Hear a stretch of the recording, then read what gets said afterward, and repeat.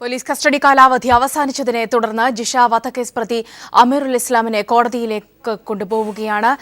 തത്സമയ ദൃശ്യങ്ങളാണ് നമ്മൾ കണ്ടുകൊണ്ടിരിക്കുന്നത്. മുഖം മറയ്ക്കാതെയാണ് പ്രതിയെ ഇപ്പോൾ കൊണ്ടുപോകുന്നത്. തെളിവെടുക്കലും തിരിച്ചറിയൽ പരേഡുകളും പൂർത്തിയായ പശ്ചാത്തലത്തിൽ കൂടിയാണ് മുഖം മറയ്ക്കാതെ അമീറിനെ കോടതിയിലേക്ക് ഹാജരാകുന്നത്. ഇതാദ്യമായാണ് മാധ്യമങ്ങൾക്ക് മുന്നിലും ജനങ്ങൾക്ക് മുന്നിലും മുഖം മറയ്ക്കാതെ പ്രതിയെ അമീറുലിനെ കൊണ്ടുപോകുന്നത്. കസ്റ്റഡി കാലാവധി പൂർത്തിയായതിനെ തുടർന്നാണ് അമീറുലിനെ കോടതിയിലേക്ക് ഹാജരാക്കാനായി കൊണ്ടുപോകുന്നത്. 10 ദിവസമായിരുന്നു കോടതി പോലീസ് കസ്റ്റഡിയിൽ അമീറുലിനെ വിട്ടിരുന്നത്. ആദ്യ ഘട്ടത്തിൽ ചോദ്യം ചെയ്യലായിരുന്നു പുരോഗമിച്ചിരുന്നത്. കൊലപാതകവുമായി ബന്ധപ്പെട്ട പൂർണ്ണമായ വിവരങ്ങൾ പോലീസ് സംഘത്തിന്, അന്വേഷണ സംഘത്തിന് ലഭ്യമായിട്ടുണ്ട് എന്ന് തന്നെയാണ് ലഭിക്കുന്ന വിവരങ്ങൾ. അതുകൊണ്ട് തന്നെ കസ്റ്റഡി കാലാവധി നീട്ടി ചോദിക്കാൻ സാധ്യതയില്ല. ഇനിയുള്ള മറ്റ് നടപടിക്രമങ്ങൾ, കുറ്റപത്രം സമർപ്പിക്കുന്ന അടക്കമുള്ള നടപടിക്രമങ്ങളിൽ ആണ് പോലീസ് ഉള്ളത്. ഇതാണ് ജിഷയുടെ ഘാതകൻ അമീറുലിന്റെ ദൃശ്യങ്ങളാണ് നമ്മൾ കണ്ടുകൊണ്ടിരിക്കുന്നത്. ആദ്യമായാണ് മാധ്യമങ്ങൾക്ക് മുന്നിൽ, പിടിയിലായതിനു ശേഷം മാധ്യമങ്ങൾക്ക് മുന്നിൽ അമീറുലിനെ മുഖം മറയ്ക്കാതെ പോലീസ് കൊണ്ടുപോകുന്നത്. അല്പസമയത്തിനകം തന്നെ കോടതിയിൽ ഹാജരാക്കും അമീറുലിന്റെ കസ്റ്റഡി സമയപരിധി 4:30 പൂർത്തിയാവുകയാണ്. ഈ പശ്ചാത്തലത്തിൽ കൂടിയാണ് കോടതിയിലേക്ക് അമീറുലിനെ കൊണ്ടുപോകുന്നത്. തത്സമയ ദൃശ്യങ്ങളാണ് നമ്മൾ കണ്ടുകൊണ്ടിരിക്കുന്നത്. അതീവ സുരക്ഷയുടെ പശ്ചാത്തലത്തിൽ തന്നെയാണ് അമീറുലിനെ കോടതിയിലേക്ക് ഹാജരാക്കാനായി കൊണ്ടുപോകുന്നത്. വളരെ നിർണായകമായ തെളിവുകളടക്കം പോലീസ് സംഘത്തിന് ജിഷയുടെ കൊലപാതകവുമായി ബന്ധപ്പെട്ട് ലഭിച്ചിട്ടുണ്ട് എന്നാണ് നമുക്ക് അറിയാൻ കഴിയുന്നത്. ഇത്തരം കാര്യങ്ങളൊക്കെ കോടതിയിൽ വ്യക്തമാക്കിക്കൊണ്ടാകും ഇന്ന് അമീറുലിനെ കോടതിയിൽ എത്തിക്കുക. പെരുമ്പാവൂർ കോടതിയിലേക്ക് അല്പസമയത്തിനകം തന്നെ അമീറുൽ എത്തും. തത്സമയ ദൃശ്യങ്ങളാണ് നമ്മൾ കണ്ടുകൊണ്ടിരിക്കുന്നത്. ജിഷ വധക്കേസ് പ്രതി അമീർ ഉൽ ഇസ്ലാമിന്റെ ദൃശ്യങ്ങളാണ് നമ്മൾ കണ്ടുകൊണ്ടിരിക്കുന്നത്. കഴിഞ്ഞ ദിവസങ്ങളിലെല്ലാം, അന്വേഷണത്തിന്റെ ഘട്ടങ്ങളിലെല്ലാം തന്നെ അമീറുലിനെ പുറത്ത് കാണിക്കാതെ മുഖം മറച്ചുകൊണ്ടായിരുന്നു പോലീസ് സംഘം മാധ്യമങ്ങൾക്ക് മുന്നിലേക്കും ഒപ്പം തന്നെ പിന്നെ കോടതിയിലേക്ക് കൊണ്ടുപോകുന്ന ഘട്ടത്തിലുമൊക്കെ എത്തിയത്. ദൃശ്യങ്ങൾ പുറത്തു വന്നാൽ അത് അന്വേഷണത്തെ ബാധിക്കും, തെളിവെടുപ്പുകളും തിരിച്ചറിയലുകൾക്കും അത് ബാധിക്കും എന്നാണ്. അതുകൊണ്ട് തന്നെയാണ് മുഖം മറച്ച് കൊണ്ടുപോയിരുന്നത്. ഇപ്പോൾ മുഖംമൂടി മാറ്റിയിരിക്കുന്നു. അമീറുൽ ഇസ്ലാമിന്റെ ദൃശ്യങ്ങളാണ് നമ്മൾ കണ്ടുകൊണ്ടിരിക്കുന്നത്. ജിഷയുടെ ഘാതകൻ കോടതി പരിസരത്ത് വാഹനം എത്തിയിട്ടുണ്ട്. അല്പസമയത്തിനകം തന്നെ കോടതി കയറ്റും. കസ്റ്റഡി കാലാവധി 4:30 പൂർത്തിയാവുകയാണ്. ഈ പശ്ചാത്തലത്തിൽ കൂടിയാണ് അമീറുലിനെ കോടതിയിൽ ഹാജരാക്കുന്നത്. ഇനി കൂടുതൽ കസ്റ്റഡിക്കായി ആവശ്യപ്പെടാനുള്ള സാധ്യതയില്ല എന്നാണ് അറിയാൻ കഴിയുന്നത്. ഇതുവരെ അമീറുൽ പറഞ്ഞിട്ടുള്ള കാര്യങ്ങളിലെല്ലാം തന്നെയും ആദ്യഘട്ടത്തിലൊക്കെ സംശയം തോന്നിയിരുന്ന വിഷയങ്ങളിലൊക്കെ വിശദമായ നിരീക്ഷണം പോലീസ് അന്വേഷണ സംഘം നടത്തിയിട്ടുണ്ട്. ഈ പശ്ചാത്തലത്തിൽ കൂടിയാണ് ഇന്നിപ്പോൾ കോടതിയിലേക്ക് ഇയാളെ ഹാജരാക്കുന്നത്. കോടതി പരിസരത്തു നിന്നുള്ള ദൃശ്യങ്ങളാണ് നമ്മൾ കണ്ടുകൊണ്ടിരിക്കുന്നത്. പെരുമ്പാവൂർ കോടതിയിൽ നിന്നുള്ള ദൃശ്യങ്ങളാണ് നമ്മൾ കണ്ടുകൊണ്ടിരിക്കുന്നത്. ആലുവ പോലീസ് ക്ലബ്ബിൽ നിന്നും ഇയാളെ കോടതിയിലേക്ക് എത്തിച്ചിരിക്കുന്നു. അല്പസമയത്തിനകം തന്നെ കോടതി നടപടികൾ ആരംഭിക്കും. അതിനുശേഷം അമീറുലിനെ പോലീസ് വാഹനത്തിൽ നിന്നും കോടതിയിലേക്ക് കയറ്റും. സമീർ വഴങ്ങോട് ചേരുന്നുണ്ട് വിവരങ്ങളുമായി. സമീർ, മുഖംമൂടി മാറ്റിയിരിക്കുന്നു. വ്യക്തമായി ഇപ്പോൾ തന്നെ മുഖം വ്യക്തമാണ് അമീറുൽ ഇസ്ലാമിന്റെ. ഇതിന്റെ അർത്ഥം സ്വാഭാവികമായും ഇതുവരെയുള്ള അന്വേഷണം പൂർത്തിയായി കഴിഞ്ഞിരിക്കുന്നു, കൃത്യമായ തെളിവുകൾ അടക്കം ലഭിച്ചിരിക്കുന്നു എന്ന് തന്നെയാണ്. കാരണം നേരത്തെ DGP തന്നെ വ്യക്തമാക്കിയിരുന്നു ഇയാളുടെ മുഖം പുറത്തു വന്നാൽ അത് അന്വേഷണത്തെ ബാധിക്കും, തെളിവെടുപ്പുകൾ അടക്കം നടക്കേണ്ടതുകൊണ്ട് എന്ന്. ഇപ്പോൾ നിൽക്കാൻ കഴിയുന്ന വിവരങ്ങൾ എങ്ങനെയാണ് സമീർ? സൗമ്യ, ഈ കേസുമായി ബന്ധപ്പെട്ട് ഏറെക്കുറെ എല്ലാ തെളിവുകളും പോലീസിന് ലഭിച്ചിരിക്കുന്നു എന്നുള്ളത് കൊണ്ട് തന്നെ പ്രതി ഇയാൾ തന്നെയാണ് എന്ന് 100% ഉറപ്പിച്ച ഒരു സാഹചര്യത്തിൽ തന്നെയാണ് ഇന്ന് ഒരർത്ഥത്തിലുമുള്ള മുഖമൂടിയും ഇല്ലാതെ പൂർണ്ണമായും പ്രതിയെ മാധ്യമങ്ങൾക്ക് മുന്നിൽ, പൊതുജനങ്ങൾക്ക് മുന്നിൽ പോലീസ് എത്തിക്കുന്നത്. ഏറ്റവും പ്രധാനപ്പെട്ട കാര്യം, ഇന്ന് ഈ കസ്റ്റഡി കാലാവധി പൂർത്തിയാവുന്ന ഒരു സാഹചര്യത്തിലാണ് അതിന്റെ തെളിവെടുപ്പ് അടക്കമുള്ള നടപടികൾ ഏറെക്കുറെ പൂർത്തിയായ ഒരു സാഹചര്യത്തിൽ കൂടിയാണ് ഇന്ന് കോടതിയിൽ എത്തിച്ചിരിക്കുന്നത്. അല്പസമയം മുമ്പാണ് Perumbavoor first class judicial magistrate കോടതിയിൽ ഈ പ്രതിയെ എത്തിച്ചത്. ഇനി അല്പസമയത്തിനകം തന്നെ കോടതി നടപടികൾ ആരംഭിക്കും. പോലീസ് ഇനി കൂടുതൽ ദിവസത്തേക്ക് ഈ പ്രതിയെ കസ്റ്റഡിയിൽ വാങ്ങില്ല എന്നാണ് നമുക്ക് അറിയാൻ കഴിയുന്നത്. പ്രത്യേകിച്ചും ഈ കേസുമായി ബന്ധപ്പെട്ട് കൊലയ്ക്ക് ഉപയോഗിച്ച കത്തി അടക്കമുള്ള തൊണ്ടുമുതലുകൾ കണ്ടെടുത്തതും അതോടൊപ്പം തന്നെ DNA പരിശോധനാ ഫലം അടക്കമുള്ള കാര്യങ്ങൾ വന്നതും ഈ പ്രതി ഈ കുറ്റം ചെയ്തത് അസം സ്വദേശിയുള്ള അമീറുൽ ഇസ്ലാം തന്നെയാണ് എന്നുള്ളത് പൂർണ്ണമായും ഉറപ്പിക്കുന്നതിന് പോലീസിന് കഴിഞ്ഞു, അന്വേഷണ സംഘത്തിന് കഴിഞ്ഞിരിക്കുന്നു. ആ ഒരു സാഹചര്യത്തിൽ ഇനി പ്രതിയെ കൂടുതൽ ദിവസത്തേക്ക് കസ്റ്റഡി ആവശ്യപ്പെടേണ്ടതില്ല എന്നാണ് ഇപ്പോൾ പോലീസിന്റെ ഭാഗത്തു നിന്നും നമുക്ക് അറിയാൻ കഴിയുന്നത്. എന്നാൽ ആടിനെ പ്രകൃതി ലൈംഗിക വൈകൃതത്തിന് ഇടയാക്കിയ ഒരു സാഹചര്യം അടക്കമുള്ള സാഹചര്യം ഈ പ്രതിക്കെതിരെ നിലനിൽക്കുന്നുണ്ട്. ആ ഒരു സാഹചര്യത്തിൽ ആ കേസുമായി ബന്ധപ്പെട്ട് ഒരുപക്ഷെ കസ്റ്റഡി ആവശ്യപ്പെട്ടേക്കാം. എന്നാൽ അത് ആ അപേക്ഷ ഇന്ന് നൽകില്ല എന്നാണ് നമുക്ക് അറിയാൻ കഴിയുന്നത്. അതോടൊപ്പം മറ്റൊരു പ്രധാനപ്പെട്ട കാര്യം, പ്രതിക്കെതിരെ അസമിൽ ഒരു തട്ടിക്കൊണ്ടുപോയ കേസുമായി ബന്ധപ്പെട്ട് നിലനിൽക്കുന്ന ഒരു സാഹചര്യം നിലനിൽക്കുന്നുണ്ട്. ആ ഒരു പശ്ചാത്തലത്തിൽ അസം പോലീസ് ഒരുപക്ഷെ ഈ പ്രതിയെ കസ്റ്റഡിയിൽ ആവശ്യപ്പെടാനുള്ള സാധ്യത നിലനിൽക്കുന്നുണ്ട്. ഏതായാലും ഈ കേസ് ജിഷ വധ കേസുമായി ബന്ധപ്പെട്ട് നടന്നിട്ടുള്ള അതിന്റെ ഏറ്റവും അന്വേഷണവുമായി ബന്ധപ്പെട്ട് എല്ലാം ഏറെക്കുറെ പൂർണ്ണമായ ഒരു സാഹചര്യത്തിൽ കൂടിയാണ് ഇന്നത്തെ കസ്റ്റഡി അവസാനിക്കുന്നത്. 4:30 കൂടിയാണ് കസ്റ്റഡിയുടെ സമയം അവസാനിക്കുക. 10 ദിവസത്തേക്കായിരുന്നു അന്വേഷണത്തിന്റെ ഭാഗമായി പോലീസ് കസ്റ്റഡി അനുവദിച്ചിരുന്നത്. അതിന്റെ സമയപരിധിയാണ് 4:30 കൂടി അവസാനിക്കുന്നത്. ഈ സാഹചര്യത്തിലാണ് പെരുമ്പാവൂർ കോടതിയിൽ കൊണ്ടുവന്നുകൊണ്ട് മജിസ്ട്രേറ്റിന്റെ സാന്നിധ്യത്തിൽ പ്രതിയെ ഹാജരാക്കുന്നത്. അതിനുശേഷമായിരിക്കും പ്രതിയെ റിമാൻഡിൽ കൊണ്ടുപോകുന്നത്. റിമാൻഡ് ചെയ്യപ്പെടുന്ന പ്രതിയെ കാക്കനാട് ജില്ലാ ജയിലിലേക്കാണ് കൊണ്ടുപോവുക. അതിനുള്ള നടപടികളെല്ലാം തന്നെ ഇപ്പോൾ ആരംഭിച്ചിട്ടുണ്ട്. അല്പസമയത്തിനകം തന്നെ മജിസ്ട്രേറ്റ് ഇവിടെ കോടതിയിൽ എത്തും. അതിനുശേഷമായിരിക്കും കോടതി നടപടികൾ ആരംഭിക്കുക. വലിയ സുരക്ഷാ സംവിധാനങ്ങളോടുകൂടി തന്നെയാണ് ഇന്നും പെരുമ്പാവൂർ കോടതിയിൽ ഈ നടപടിക്രമങ്ങൾ ആരംഭിക്കാനിരിക്കുന്നത്. പോലീസിന്റെ ബസ്സിലാണ് ഇന്ന് പ്രതിയെ കൊണ്ടുവന്നത്. അതോടൊപ്പം തന്നെ വളരെ ശക്തമായിട്ടുള്ള സുരക്ഷാ സംവിധാനങ്ങളോട് കൂടി തന്നെയാണ് കൂടുതൽ പോലീസുകാരെ നേരത്തെ തന്നെ ഈ കോടതി പരിസരത്ത് വിന്യസിച്ചിരുന്നു. പൊതുജനങ്ങളെയും അതോടൊപ്പം തന്നെ മാധ്യമങ്ങൾക്കടക്കം ഒരു വിലക്ക് ഏർപ്പെടുന്ന വിധത്തിൽ തന്നെയായിരുന്നു കാര്യങ്ങൾ. എന്നാൽ ഇപ്പോൾ പ്രതി എത്തിയതോടുകൂടി എല്ലാവരും തന്നെ തള്ളിക്കയറുന്ന ഒരു സ്ഥിതിവിശേഷം കൂടി ഉണ്ടായി. ഏതായാലും പൊതുജനങ്ങളെ പൂർണ്ണമായും മാറ്റി നിർത്തിയിട്ടുണ്ട്. ഒരുപക്ഷെ പ്രതിക്കെതിരെ എന്തെങ്കിലും ഒരു അക്രമം ഉണ്ടായാലോ എന്നുള്ള ഒരു ഭയം പോലീസിനുള്ളത് കൊണ്ടാണ് കൂടുതൽ പോലീസ് ഉദ്യോഗസ്ഥരെ ഇവിടെ വിന്യസിച്ചുകൊണ്ട് സുരക്ഷ ശക്തമാക്കിയിരിക്കുന്നത്. പ്രതിയെ അല്പസമയത്തിനകം തന്നെ ഇപ്പോൾ ഇവിടെ കോടതിയുടെ മുറ്റത്താണ് ഉള്ളത്, ബസ്സിനകത്ത്. ഇനി അല്പസമയത്തിനകം തന്നെ ഈ ബസ്സിൽ നിന്ന് ഇറക്കി കോടതിയിലേക്ക് കയറ്റും. അതിനുശേഷമായിരിക്കും റിമാൻഡ് ചെയ്യപ്പെടുന്നതുമായി ബന്ധപ്പെട്ടുള്ള നടപടിക്രമങ്ങൾ ആരംഭിക്കുക. ഇപ്പോൾ അല്പസമയത്തിനകം തന്നെ മജിസ്ട്രേറ്റ് എത്തും. മജിസ്ട്രേറ്റിന് വേണ്ടി കാത്തിരിക്കുകയാണ് ഇപ്പോൾ കോടതിയിൽ എല്ലാവരും. മജിസ്ട്രേറ്റ് എത്തുന്നതോടുകൂടെ അതിന്റെ നടപടികളിലേക്ക് കടക്കും. ഏതായാലും ഇതുമായി ബന്ധപ്പെട്ട് ഇപ്പോൾ ഇത്രയും ദിവസത്തെ പോലീസിന്റെ 10 ദിവസത്തെ ഈ കസ്റ്റഡി കാലാവധിക്ക് അകത്ത് പോലീസ് ജിഷാവധവുമായി ബന്ധപ്പെട്ട് ഏറ്റവും നിർണായകമായിട്ടുള്ള തെളിവുകൾ കണ്ടെത്താൻ പോലീസിന് കഴിഞ്ഞു. അതുകൊണ്ട് തന്നെ ഇനി ഉള്ള നടപടികൾ ഏറ്റവും ശക്തമായിട്ടുള്ള ഈ ക്രൂരകൃത്യത്തിന്റെ ആഴത്തിന് അനുസരിച്ചുള്ള ഒരു മാതൃകാപരമായിട്ടുള്ള ശിക്ഷ ഉറപ്പാക്കുന്നതിനുള്ള ശക്തമായ കുറ്റപത്രം തയ്യാറാക്കുക എന്നുള്ളതാണ് പോലീസിന്റെ അടുത്ത ലക്ഷ്യം. അതിനുള്ള നടപടിക്രമങ്ങളാണ് ഇപ്പോൾ ഇനി പോലീസ് ചെയ്യുന്നത്. ഏതായാലും നമുക്കറിയാം, ഇന്നലെ ഏറ്റവും പുലർച്ചയോടുകൂടി തന്നെ കാഞ്ചീപുരത്തുള്ള തെളിവെടുപ്പ് അടക്കം പോലീസ് പൂർത്തിയാക്കിയ ഒരു സാഹചര്യം. അതുകൊണ്ട് തന്നെ ഇനി പ്രതിയെ കസ്റ്റഡിയിൽ ആവശ്യപ്പെടില്ല എന്നാണ് നമുക്ക് മനസ്സിലാക്കാൻ കഴിയുന്നത്. ഏതായാലും ഇനി അല്പസമയത്തിനകം കോടതിയുടെ നടപടികൾ ആരംഭിക്കും. പ്രതിയെ മാധ്യമങ്ങൾക്ക് മുന്നിൽ നമ്മളടക്കമുള്ളവർ നമുക്ക് എല്ലാവർക്കും പൊതുജനങ്ങൾക്കൊക്കെ തന്നെ കാണാവുന്ന രീതിയിൽ തന്നെയാണ് ഇന്ന് പോലീസ് പ്രതിയുടെ മുഖം എല്ലായ്പ്പോഴും പോലെയുള്ള രീതിയിലല്ല, പൂർണ്ണമായും മുഖം മൂടി അഴിച്ച് മാറ്റിക്കൊണ്ട് തന്നെയാണ് ഇന്ന് പ്രതിയെ കൊണ്ടുവന്നിരിക്കുന്നത്. അതായത് എല്ലാ അർത്ഥത്തിലും പ്രതിക്കെതിരായിട്ടുള്ള കുറ്റങ്ങളെല്ലാം തന്നെ തെളിയിക്കാവുന്ന എല്ലാ തെളിവുകളും പോലീസിന്റെ ലഭിച്ചിട്ടുണ്ട്. പ്രതിയെ ഇനി പൊതുജനങ്ങൾക്ക് മുന്നിൽ പ്രദർശിപ്പിക്കാം എന്ന് പൂർണ്ണമായും ഉറപ്പായ ഒരു സാഹചര്യത്തിൽ കൂടിയാണ്. അവിടെയാണ് സമീർ ഒരുപക്ഷെ പോലീസിന്റെ ഭാഗത്തു നിന്നുള്ള കാര്യങ്ങൾ കൃത്യമായ അന്വേഷണ സംഘത്തിന്റെ ഭാഗത്തു നിന്നുള്ള നിഗമനങ്ങൾ കൃത്യമായി അറിയാതെ മറ്റു കാര്യങ്ങളിലേക്ക് കടക്കാനാകില്ല. പക്ഷേ ഇവിടെ സമീർ സൂചിപ്പിച്ചതുപോലെ തന്നെ ഇതുവരെയുള്ള ഘട്ടങ്ങളിലെ ഒരു പ്രധാന വെല്ലുവിളി പോലീസിനെ എന്ന് പറയുന്നത് പ്രതിയുടെ മുഖം പുറത്ത് കാണരുത്. കാരണം തിരിച്ചറിയൽ പരേഡ് അടക്കം നടക്കേണ്ടതുണ്ട്. ആ വിധത്തിൽ ചില സംശയകരമായ കാര്യങ്ങൾ ചില ഘട്ടങ്ങളിൽ നടക്കുകയും ചെയ്തു. അമ്മയും സഹോദരിയും പ്രതിയെ നേരത്തെ കണ്ടിട്ടില്ല എന്ന് പറഞ്ഞത് അടക്കമുള്ള കാര്യങ്ങൾ. പിന്നീട് ഒരുപക്ഷെ ഇയാൾ അസമിലേക്ക് പോകുന്നു. അനാർ എന്ന് പറയുന്ന സുഹൃത്തിനോട് ഈ സംഭവം വിവരിക്കുന്നു. മറ്റുള്ളവരുടെ വല്ല പങ്കുമുണ്ടോ എന്ന് അന്വേഷണത്തിലൊക്കെ പോലീസിന് ആ കാര്യത്തിലേക്കൊക്കെ കാര്യങ്ങൾ അന്വേഷിക്കേണ്ടിയിരുന്നു. ഒരുപക്ഷെ ഇത്തരത്തിൽ എന്തെങ്കിലും ബാഹ്യപ്രേരണകൾ ഉണ്ടോ എന്നത് അടക്കമുള്ള കാര്യങ്ങൾ, അമീർ പറഞ്ഞ ഈ ഒരു കുളക്കടവിലെ സംഭവത്തിന്റെ കാര്യങ്ങൾ, അതിലൊക്കെ ഒരു ക്ലാരിറ്റി ഏതായാലും ഇതുവരെ അന്വേഷണ സംഘം വരുത്തിയിട്ടുണ്ട് എന്ന് വേണോ കരുതാൻ ഇന്നിപ്പോൾ മാധ്യമങ്ങൾക്ക് മുന്നിൽ അമീറിനെ എത്തിക്കുമ്പോൾ? ഏറ്റവും പ്രധാനപ്പെട്ട ഒരു കാര്യം, തെളിവുകളുടെ എല്ലാം അടിസ്ഥാനത്തിൽ കൊല ചെയ്തത് അമീറുൽ ഇസ്ലാം ആണ് എന്ന് 100% പോലീസ് ഉറപ്പിച്ചിരിക്കുന്നു. എന്നാൽ കൊലയ്ക്ക് ഇടയാക്കിയ സാഹചര്യങ്ങൾ സംബന്ധിച്ച് ഇപ്പോഴും പോലീസിന് അവ്യക്തത നിലനിൽക്കുന്നുണ്ട്. പ്രത്യേകിച്ചും പുളിക്കടവിലുണ്ടായ ഒരു വൈരാഗ്യത്തിന്റെ പശ്ചാത്തലത്തിലാണ് കൊല നടത്തിയത് എന്ന് ആയിരുന്നു പോലീസിന് ആദ്യം നൽകിയിരുന്ന മൊഴി.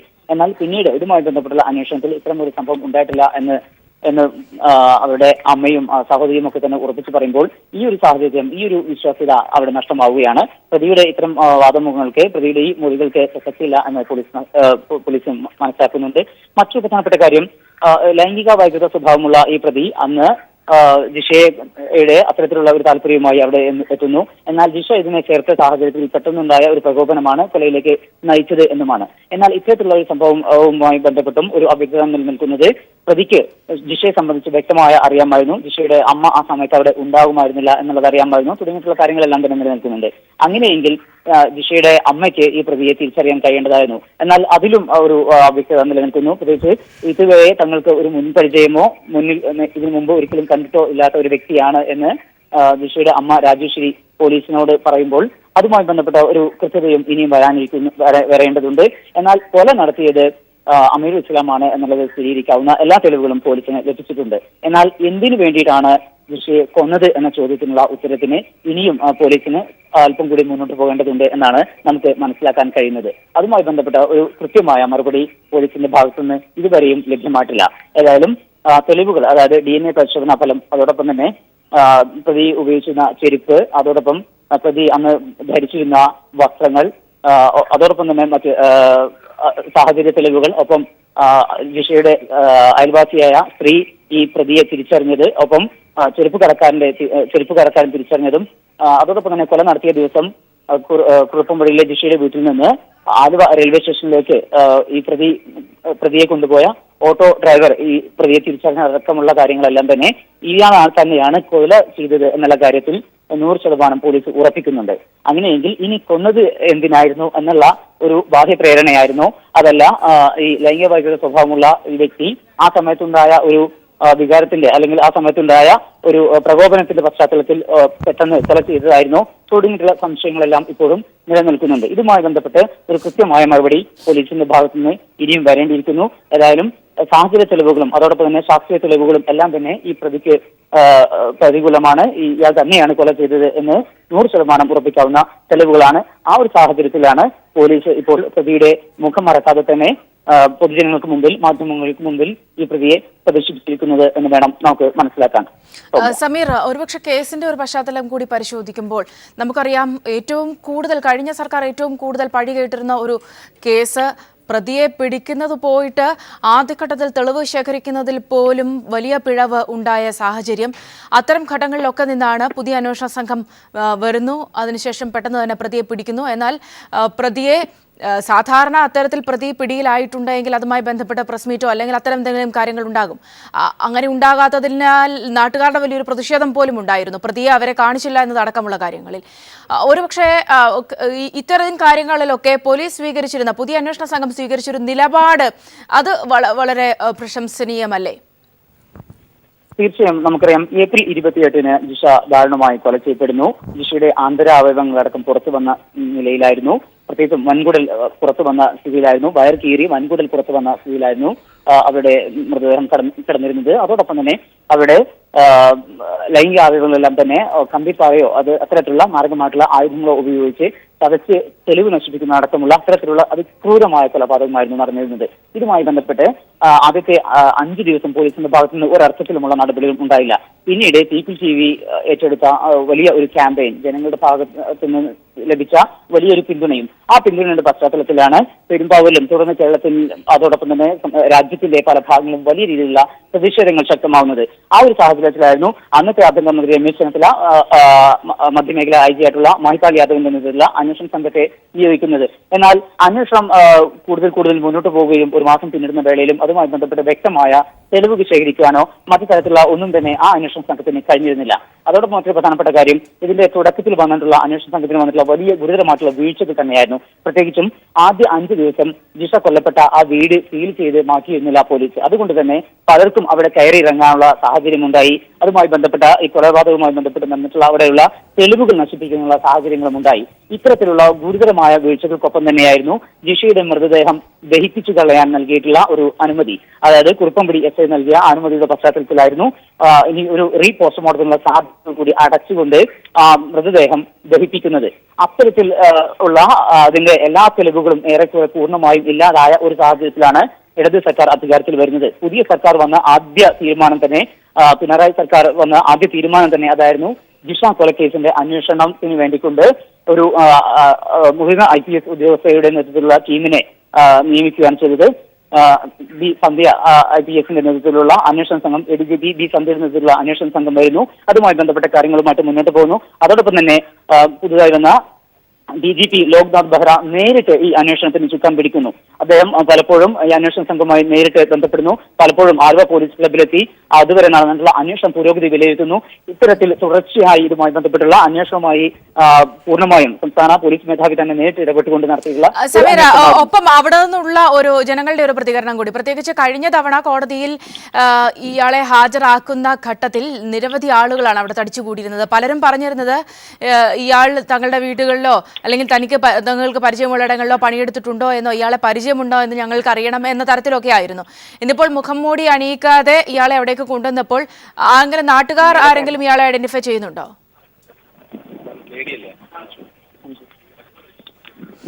ഇപ്പോൾ പൊതുജനങ്ങൾക്ക് കോടതിക്ക് അകത്തേക്കുള്ള ഒരു പ്രവേശനം നിഷേധിച്ചതുകൊണ്ട് തന്നെ പോലീസിന്റെ കനത്ത സുരക്ഷാ വലത്തിനകത്തേക്ക് കിടക്കാൻ സാധിച്ചിട്ടില്ല. അതുകൊണ്ട് പൊതുജനങ്ങൾക്ക് ഈ പ്രതിയെ ഇപ്പോഴും മാധ്യമങ്ങളുടെ കണ്ട അറിവ് മാത്രമാണ് ഉള്ളത്. എന്നാൽ അവർക്ക് നേരിട്ട് കാണാനോ അവർക്ക് കോടതിയുടെ ഈ ഭാഗത്തേക്ക് കോടതിയുടെ മുറ്റത്തേക്കോ ഉള്ള പ്രവേശനം ഇപ്പോൾ പോലീസ് നിഷേധിച്ചിരിക്കുകയാണ്.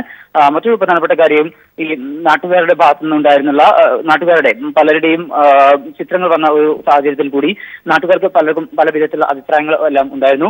എന്നാൽ ഒരു അന്യസംസ്ഥാന തൊഴിലാളിയാണ് എന്നുള്ളത് സംബന്ധിച്ച് മാത്രമായിരുന്നു ഒരു കൃത്യമായ ഒരു ഉത്തരവ് നാട്ടുകാരുടെ ഭാഗത്തുനിന്ന് ഉണ്ടായിരുന്നത്. എന്നാൽ ഇന്ന് ഈ പ്രതിയുടെ മുഖം കൂടി മാധ്യമങ്ങളുടെയും മറ്റും നേരിട്ടും തന്നെ വ്യക്തമാവുന്ന ഒരു സാഹചര്യം അവർക്ക് ഉണ്ടാകും. അല്പസമയത്തിനും തന്നെ ഈ പ്രതിയെ ഇവിടുന്ന് ഇറക്കുന്ന വേളയിൽ ഈ പുറത്ത് കോടതിയുടെ മുറ്റത്താണ് നിരവധി പേർ നിൽക്കുന്നത്. കോടതിയുടെ ഈ ഭാഗത്തേക്ക് മാധ്യമങ്ങൾക്ക് മാത്രമേ ഇപ്പോൾ പ്രവേശനം അനുവദിച്ചിട്ടുള്ളൂ.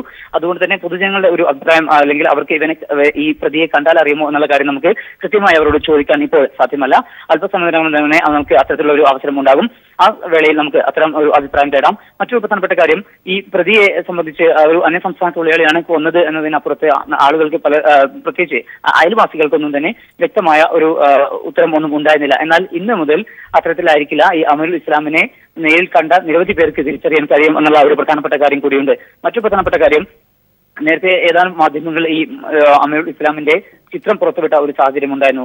അതിന്റെ ഒരു പശ്ചാത്തലത്തിൽ തിരിച്ചറിയപ്പെടാനുള്ള ആദ്യഘട്ടത്തിലുള്ള തിരിച്ചറിയപ്പെടൽ നടന്നിരുന്നുവെങ്കിൽ കൂടി തുടർന്ന് ഒരു തിരിച്ചറിയപ്പെടാനുള്ള സാധ്യത പോലും ഇല്ലാതാവുന്നു എന്നുള്ള ഒരു സാഹചര്യം കൂടി ഉണ്ടായിരുന്നു. എന്നാൽ അതിന്റെ ഒന്നും ആവശ്യം ഉണ്ടായില്ല എന്നുള്ളതാണ് ഏറ്റവും പ്രധാനപ്പെട്ട കാര്യം.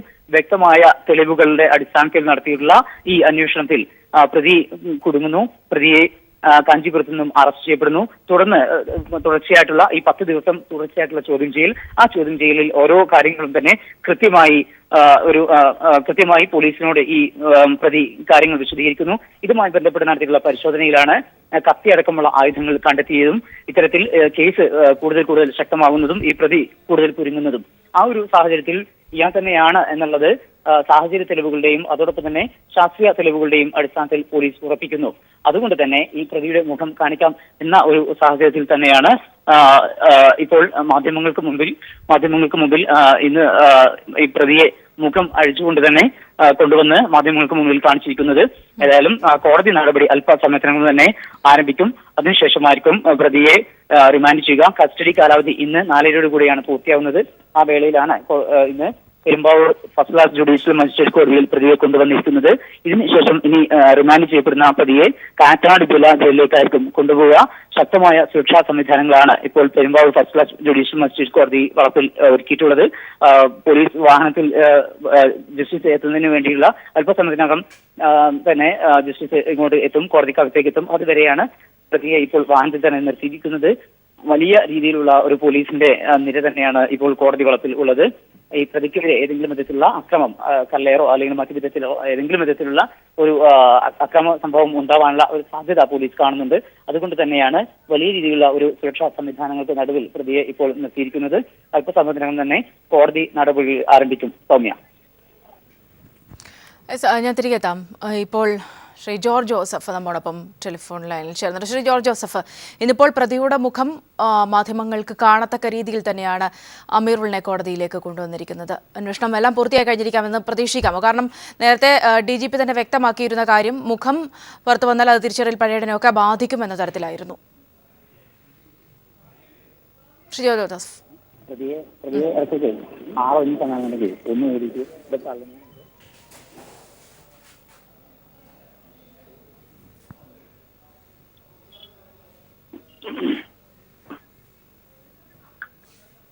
ശ്രീ ജോർജ് ജോസഫ്, താങ്കൾക്ക് കേൾക്കാമെന്ന് കരുതുന്നു.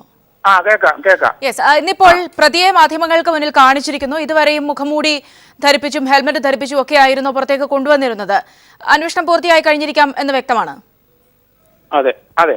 അപ്പൊ ഇതുവരെ എന്തിനാണ് ഈ പ്രതിയുടെ മുഖം മൂടിക്കൊണ്ട് നടന്നതെന്ന് എനിക്ക് മനസ്സിലാകുന്നില്ല.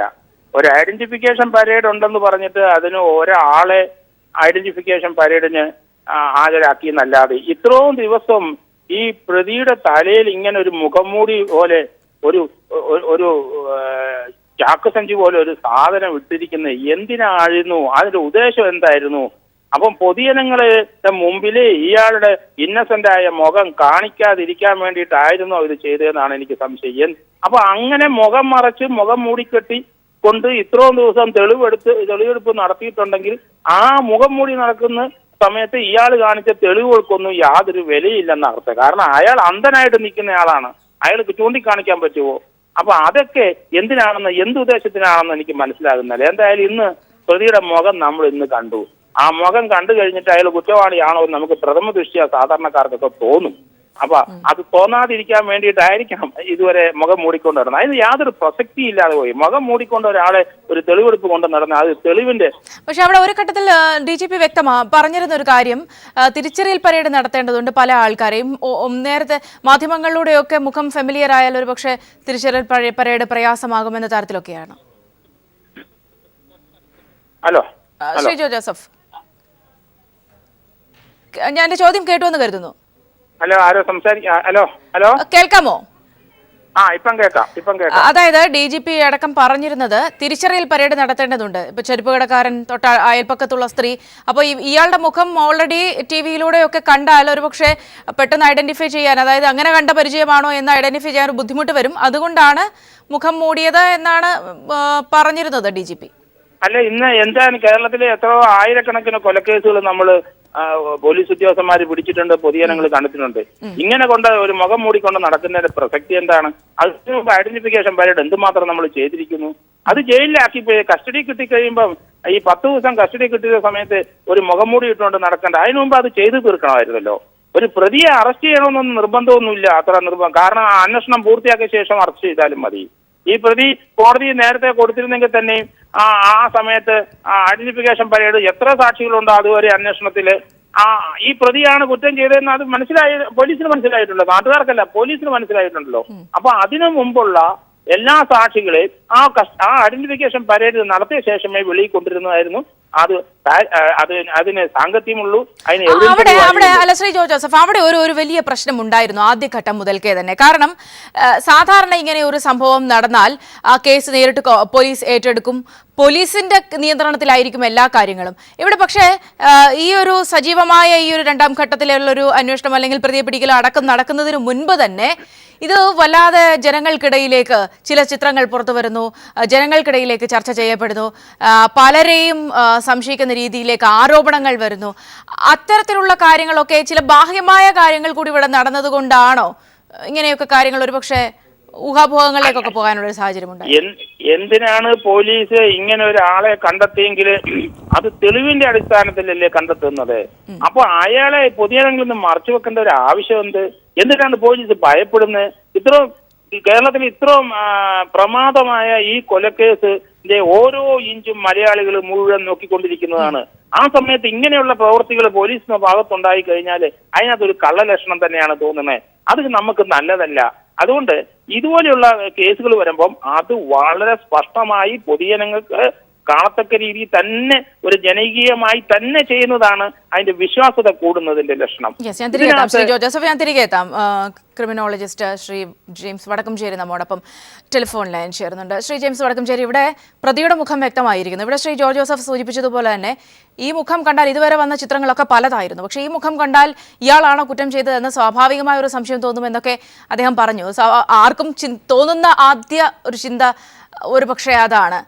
താങ്കൾ അദ്ദേഹത്തെ ഇയാളെ കണ്ടു എന്ന് കരുതുന്നു, ഇല്ല എങ്കിൽ കൂടി എങ്ങനെയായിരിക്കും ഒരുപക്ഷെ ഇതുവരെയും മുഖം മൂടി നിന്നിരുന്ന അല്ലെങ്കിൽ കൊണ്ടു നടന്നിരുന്ന ആളെയാണ് ഇന്നിപ്പോൾ വെളിച്ചത്തേക്ക് കൊണ്ടുവന്നിരിക്കുന്നത്? ഇത് മുഖം മൂടി എന്നുള്ളതിനെ എനിക്ക് തോന്നുന്നത് ന്യായീകരിക്കാൻ പറ്റില്ല. കാരണം നമ്മുടെ കയ്യിലുള്ളതായ എല്ലാ കോടതി വിധികളിലും പറയുന്ന ഐഡന്റിഫിക്കേഷൻ പലയിടുണ്ടെങ്കിൽ അത് പ്രതിയെ മുഖം കാണിക്കരുതെന്നേ ഉള്ളൂ. പക്ഷെ കഴിഞ്ഞ 10 ദിവസം ഒരു പ്രതിയെ ഇങ്ങനെ മുഖം മൂടി ഇന്നലെ തമിഴ്നാട്ടിലൊക്കെ കൊണ്ടുപോയതൊക്കെ മുഖം മൂടി കൊണ്ടുപോയി എന്ന് പറയുന്നത് വാസ്തവത്തിൽ എനിക്കറിയില്ല. ഞാൻ പഠിച്ചിട്ടുള്ളതായ അല്ലെങ്കിൽ ഞാൻ വായിച്ചിട്ടുള്ളതായ ഒരു പുസ്തകത്തിൽ ഇത്രയും നാട് ഇങ്ങനെ മുഖം മൂടി കൊണ്ട് നടക്കുന്നത് കണ്ടിട്ടില്ല. അപ്പൊ പിന്നെ അത് മാത്രമല്ല, കുറുപ്പപ്പള്ളി മജിസ്ട്രേറ്റ് ഞാൻ മനസ്സിലാക്കുന്നത് ഇന്ന് രാവിലെ വിളിച്ച് ഈ മുഖം മൂടി എന്തിനാണ് നിങ്ങളിങ്ങനെ കൊണ്ട് നടക്കുന്നത്, നിങ്ങൾ മുഖം മൂടി വെച്ച് ഇനി ഹാജരാക്കരുത് എന്ന് പറഞ്ഞൊന്നും വളരെയധികം കോപിച്ചു എന്നൊക്കെയാണ് ഞാൻ മനസ്സിലാക്കുന്നത്. തീർച്ചയായിട്ടും അതൊന്നും ഇനി എന്തൊക്കെ ആണെങ്കിലും ഒരു കൊലപാതകയാണെങ്കിലും അല്ലെങ്കിൽ കുറ്റവാളിയാണെങ്കിലും അയാൾക്ക് അയാളുടേതായ കുറെ ബേസിക് റൈറ്റ്സ് ഉണ്ട്. ആ അവകാശങ്ങൾ അംഗീകരിച്ച് തന്നെ കൊടുക്കണം. അതല്ലാതെ ഇപ്പൊ കണ്ണ് മാത്രം കാണത്തക്ക ഈ ദിവസങ്ങളിൽ കണ്ണ് കാണാൻ പറ്റി, ബാക്കി മുഖമൊന്നും കാണിക്കാതെ അയാളെ കാണിച്ചു. ഞാൻ ആ പടം കണ്ടുകൊണ്ടിരിക്കുകയായിരുന്നു TV-യിൽ. എനിക്ക് തോന്നുന്നത് അയാളെ കട്ട് ചെയ്തിട്ട് 45-50 കിലോ ഒക്കെ വെയിറ്റ് ഉണ്ടാകാനും സാധ്യതയുണ്ട്. ജിഷയ്ക്കും ഏതാണ്ട് അത്ര തന്നെ വെയിറ്റ് ഒക്കെ ഉണ്ടെന്ന് തോന്നണം. ഇവർ രണ്ടുപേരും കൂടി ശാരീരികമായിട്ട് നോക്കിക്കഴിഞ്ഞ് കഴിഞ്ഞാല് അത്രമാത്രം അങ്ങോട്ട് കീഴ്പ്പെടുത്താനായിട്ടുള്ള ശാരീരിക ശക്തി ആസാമിക്ക് ഉണ്ടെന്ന് എനിക്ക് തോന്നുന്നില്ല. കാരണം ശരീരത്തിന്റെ പ്രകൃതിയൊക്കെ കണ്ടിട്ട് വളരെ വലിയ ബലവാനായ ഒരു ഇപ്പൊ അയാളെ പറ്റി നമ്മളിങ്ങനെ ഉൾഫാ തീവ്രവാദിയാണ്, വാർത്തകളിലൊക്കെ വന്നു അയാൾ വലിയ ഭീകരനാണ് എന്നൊക്കെ പറഞ്ഞ് ഈ മുഖം മൂടിയൊക്കെ വെച്ചുകൊണ്ട് വന്നു കഴിഞ്ഞപ്പോഴേ ഈവൻ നമ്മൾ ഈ തൂക്കുമരത്തിലേക്ക് ഏറ്റുന്ന ആളുടെ പോലും മുഖം മൂടി ഇടുന്നത് തൂക്കുമരത്തിന് തൊട്ട് മുമ്പിലാണ്, തൂക്കുന്നതിന് തൊട്ട് മുമ്പിലാണ്. അപ്പൊ ഇതുപോലെയൊക്കെ ഭയങ്കര കാണിക്കാൻ പറ്റുന്ന ഭീകരമായ ആളാണ് എന്ന് വിചാരിച്ചിരുന്നത്. ഇന്ന് നമ്മൾ കണ്ടപ്പോൾ എനിക്ക് തോന്നി അയാള് അത്രമാത്രം ഭയപ്പെടേണ്ട ഒരു വ്യക്തിയായിട്ട് എനിക്ക് തോന്നിയില്ല ശാരീരികമായിട്ട്. എന്തെങ്കിലും ആവട്ടെ, കാര്യങ്ങൾ ഇപ്പം മുന്നോട്ട് പോയിക്കൊണ്ടിരിക്കുകയാണല്ലോ, പോകട്ടെ.